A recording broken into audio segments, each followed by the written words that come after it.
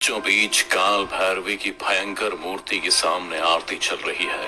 आरती की ऊंची ऊंची लपटों के साथ ढोल ताशे और मंजीरे की आवाज तेज होती जा रही है। गांव के सारे लोग इस आरती में मौजूद हैं।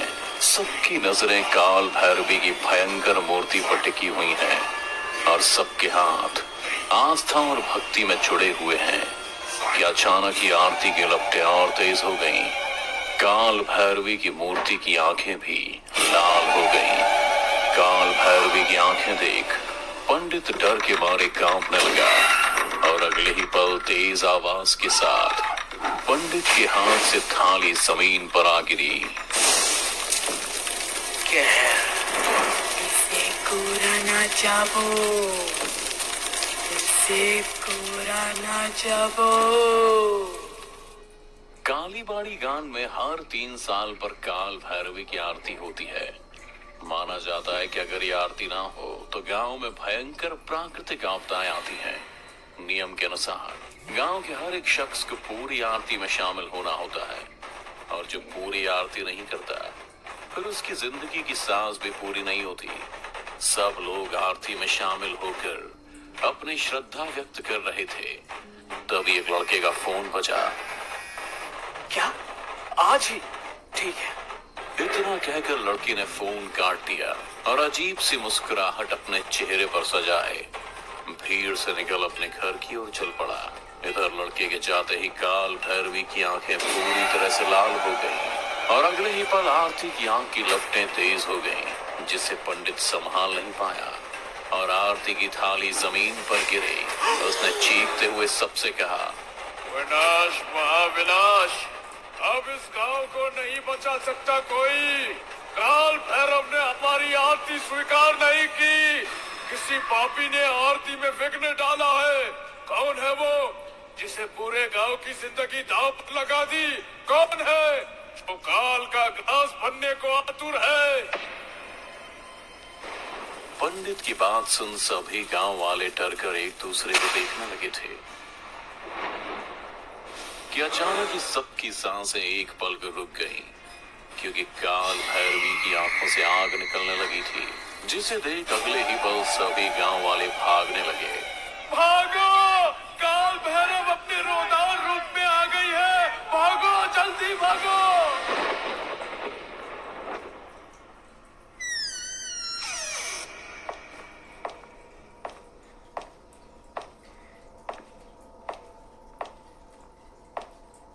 इधर जो लड़का फोन पर बातचीत करते हुए बीच आरती में निकल गया था, वो अपने घर पर बैठकर टीवी देख रहा था।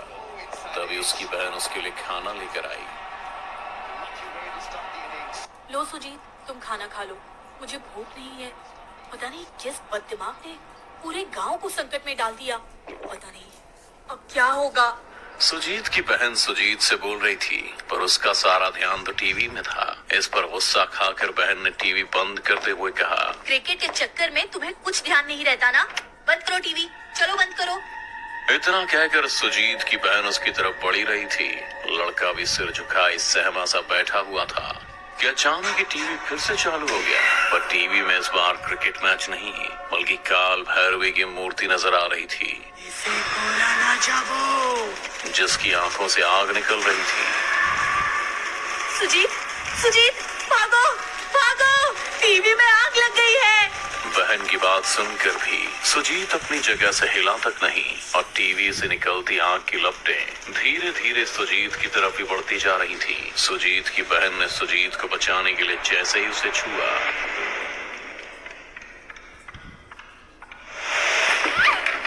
पर उसकी बहन अभी भी सुजीत का नाम ही पुकार रही थी। सुजीत, सुजीत, क्या हुआ तुम्हें? इसे कोरा ना जाबो। हो ना हो किसी ने आरती नहीं पूरी की और मैच देखने वापस आ गया। काल भैरवी इसे नहीं छोड़ेगी। क्या करूं, क्या करूं? मुझे हवन का भभूत लाकर इसे लगाना चाहिए। इतना कहकर बहन ने सुजीत को वो भभूत लगा दी, जिसके लगते ही सुजीत एकदम से बेहोश हो गया था। कुछ होश आया। सरला दीदी, अरे मैं नीचे कैसे सो गया और आपने टीवी बंद क्यों कर दिया? कितना शानदार मैच दे रहा था। क्या तुम्हें कुछ याद नहीं? कैसे याद नहीं? हम बस मैच जीतने ही वाले हैं। क्रीज पर अपना माही ही है। इसे कुछ याद नहीं, पर मुझे पंडित जी से मिलकर सारी बातें कहनी चाहिए। पर नहीं, गांव के नियम के अनुसार जो भी आरती पूरी नहीं करता उसे गांव छोड़कर जाना पड़ता है। किसी को कुछ ना बताने में ही भलाई है। और अब तो सुजीत भी ठीक है। अगली रात पूरे गांव में मौत की शांति पसरी हुई थी। सरला भी अपने कमरे में चैन से सो रही थी कि अचानक एक चीख से उसकी नींद खुल गई। उसे किसी अनहोनी का एहसास होने लगा था। इसी सोच के साथ जब वो सुजीत को देखने उसके कमरे में गई, और उसने जो देखा उसे देख उसके बदन का रोम रोम डर के मारे कांप उठा था, क्योंकि सुजीत हाथ के बल चल रहा था और उसके पैरों पर 2 दिए चल रहे थे। बचाओ दीदी, मैं चल रहा हूँ दीदी, बचाओ दीदी, बहुत दर्द हो रहा है दीदी, बचाओ। सुजीत ने सरला को देखते ही कहा। सरला भी सुजीत की बात सुन उसके पैरों पर रखे दिए हटाने जाती है। उसने अभी दिए को छुआ ही था कि अगले पल सुजीत पहले की तरह अपने दोनों पैरों पर खड़ा हो गया, पर उसका चेहरा बहुत डरावना हो चुका था, जिसे देख सरला की आंखें भी नम हो गई। सुजीत सरला से कुछ बोल नहीं जा रहा था कि जैसे ही उसने अपना मुंह खोला, इसे कोरा ना जाबो, इसे कोरा ना जाबो। ये कहते हुए सुजीत का आधा हिस्सा एक औरत का हो गया था, जिसके हाथ लगातार बड़े होते जा रहे थे। सरला भी उन हाथों से बचते हुए इधर उधर भाग रही थी, पर उसकी ये कोशिश नाकामयाब रही। बचाओ मुझे बचाओ कोई।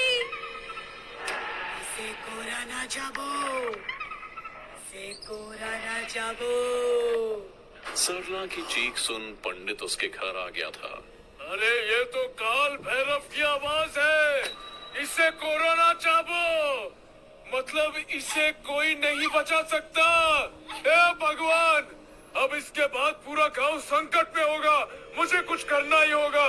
भभूत लगाते ही सुजीत फिर से बेहोश होकर जमीन पर गिर पड़ा। सरला भी अब आजाद हो गई थी। काली के काल को आमंत्रण दिया है तुम लोगों ने। अब बस अंधेरा होगा, हर तरफ अंधेरा होगा, कोई नहीं बचेगा, कोई नहीं। पंडित जी, कोई तो उपाय होगा मेरे भाई को, मेरे गांव को बचाने का। पंडित जी।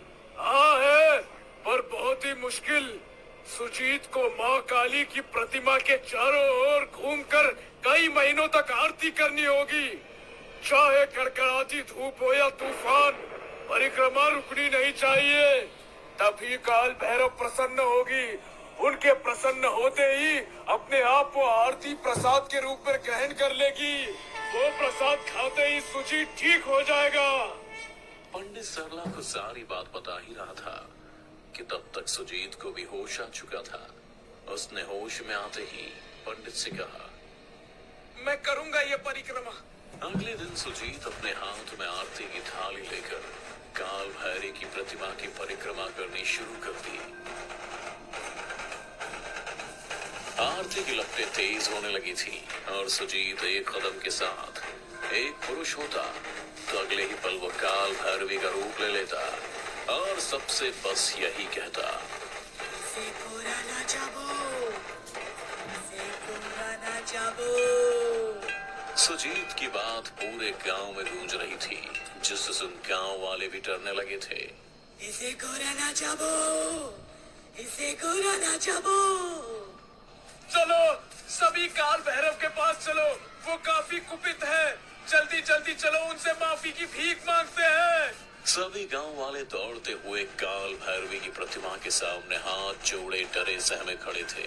सुजीत भी काल भैरवी की प्रतिमा की परिक्रमा किए जा रहा था और हर कदम के साथ वो सबसे यही कह रहा था, इसे कोरा ना जाबो। सुजीत अभी बोल ही रहा था कि तभी काल भैरवी की आंखों से लपटें निकली और अगले ही पल सुजीत धूम धूम कर चलने लगा। ये देख सभी गांव वाले डर गए थे। अपने भाई को बचाने सरला उसके पास जा ही रही थी, तभी पंडित ने उसका हाथ पकड़ से रोकते हुए कहा, यही गांव के हित में है बेटी, जब तक सरला कुछ कर पाती, सुजीत चीखता हुआ जलकर राख हो चुका था। सभी गांव वाले ने उसे एक बलि समझ अपने मन को समझा लिया, लेकिन एक बहन से उसका भाई हमेशा हमेशा के लिए दूर जा चुका था।